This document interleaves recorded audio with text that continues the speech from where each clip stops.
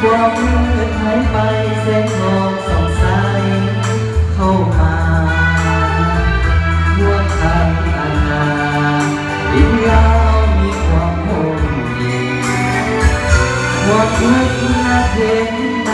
วังเวียนไปไกลสาลาลมแม้พัดผ่านตั้งหลายน้อยปีเลือดหลั่งขับคอและดีวันนี้สาลาวถึงไหน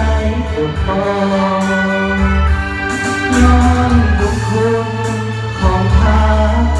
สะสมปฏิบัติลาสาวลาวบ่มีวันหลงลืมได้ตลอดชีวิตขออุทิศไว้นำพักเขาทั้งน้องฮักผู้สาเจ้าบ่มีวันให้หมดเศร้าพักเอ๋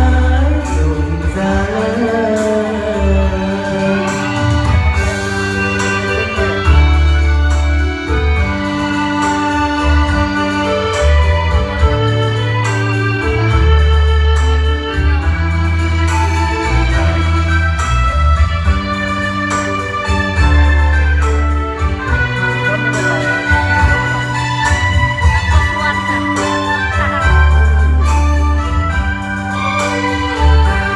น้อ